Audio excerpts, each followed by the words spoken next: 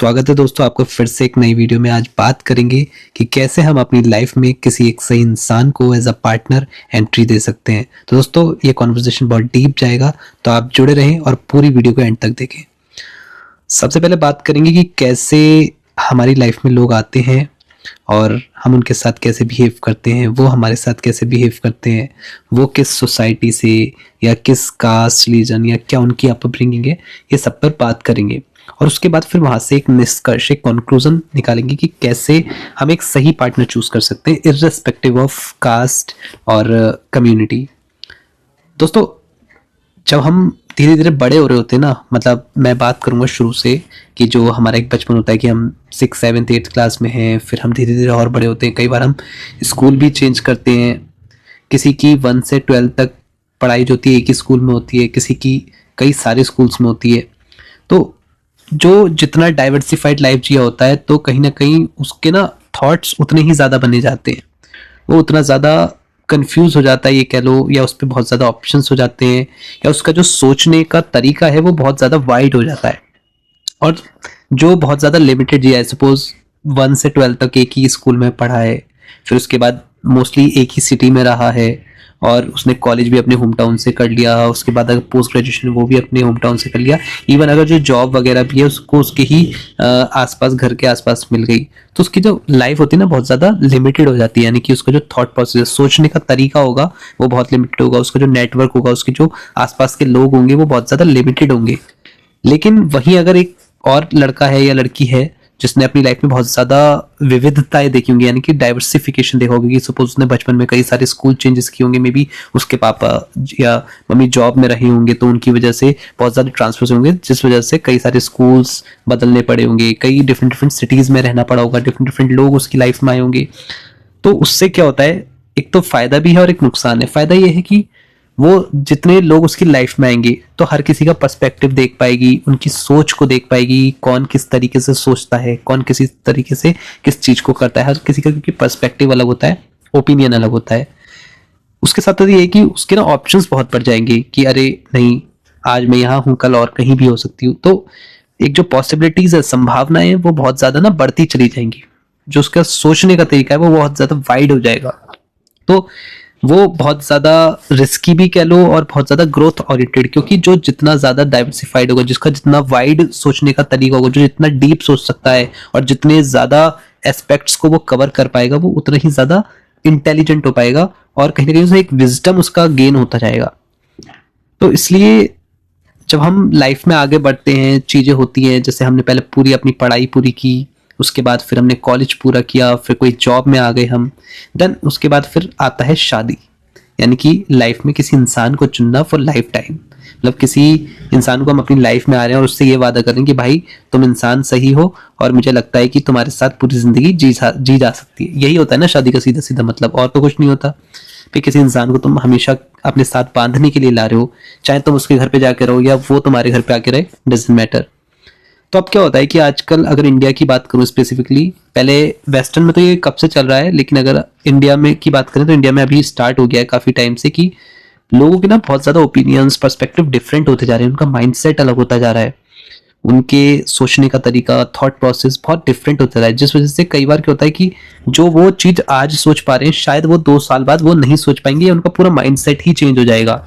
अब इसमें क्या होता है कि ठीक है तुम जॉब में हो, करियर में हो, वो तो 2-3 साल बाद बदल लो, हालांकि करियर भी इतनी जल्दी नहीं बदला जा सकता, बट कुछ लोग ले लेते हैं decision and they switch their careers.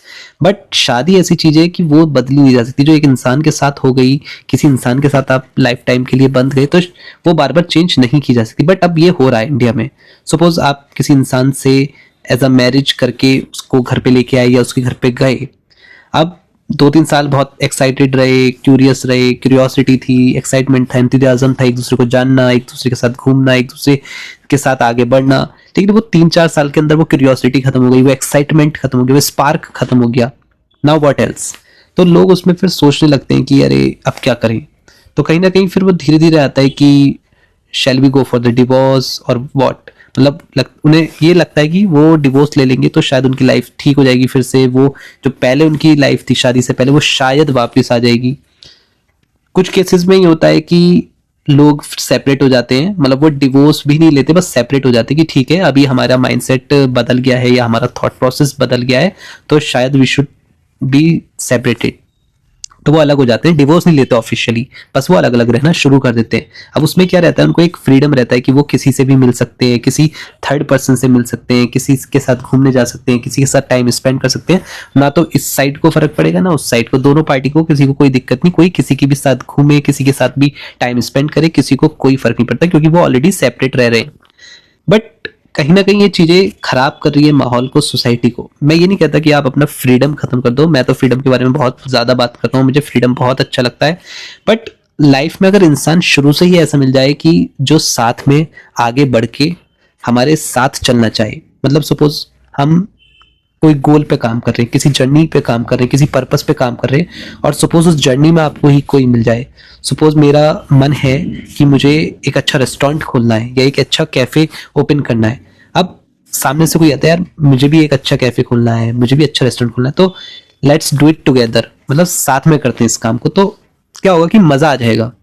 अभी कि उसका भी माइंडसेट जो है कैफे का है और मेरा भी माइंडसेट, तो यहाँ पर क्या हो रहा है कि दोनों लोग जो हैं, दोनों का माइंडसेट एक है, गोल्स अलाइन कर रहे हैं, थॉट प्रोसेस सेम है। तो अब क्या होगा, मजा आएगा।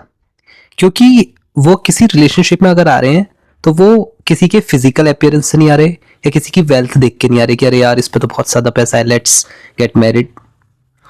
वो किसी के फिजिकल अपीयरेंस से कि नहीं ये तो बहुत बढ़िया लग रहा है देखने में, बहुत मजा आएगा ये वो।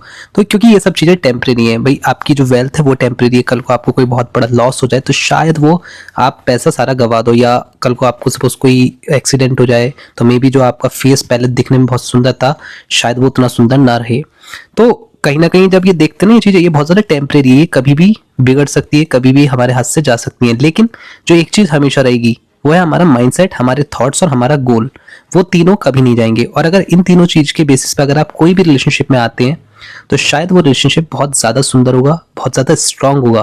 क्योंकि जो स्ट्रांग होने का रीजन है वो है आपके अलाइनमेंट, कि आपका थॉट्स अलाइन कर रहे हैं, आपके गोल्स अलाइन कर रहे हैं, और आपका जो एक काम करने का तरीका है वो अलाइन कर रहा है। तो इसलिए अगर आप भी अपनी लाइफ में किसी सही इंसान को चाहते हो, किसी सही पार्टनर को चाहते हो, तो मैं ये नहीं कहूंगा कि आप जाके ढूंढने लग जाओ, बट कहीं ना कहीं क्लियर कम्युनिकेशन रखो, अपने थॉट्स शेयर करो, उनके थॉट्स को जानो, वो क्या चाहते हैं लाइफ से, आप क्या चाहते हो लाइफ से।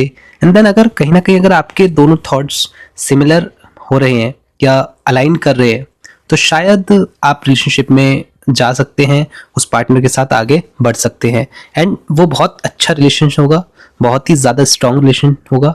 क्योंकि आजकल जैसे लोगों के रिलेशंस टूट रहे हैं, डिवोर्सेस हो जाते हैं, हार्ट ब्रेक मिलता है, पेन होता है, डिसअपॉइंटमेंट, तो वो नहीं होगा। क्योंकि कहीं ना कहीं आप गोल्स के बेसिस पे, थॉट्स के बेसिस पे, ड्रीम्स के बेसिस पे साथ में आए हो, और वो दोनों के हमेशा रहने वाले हैं।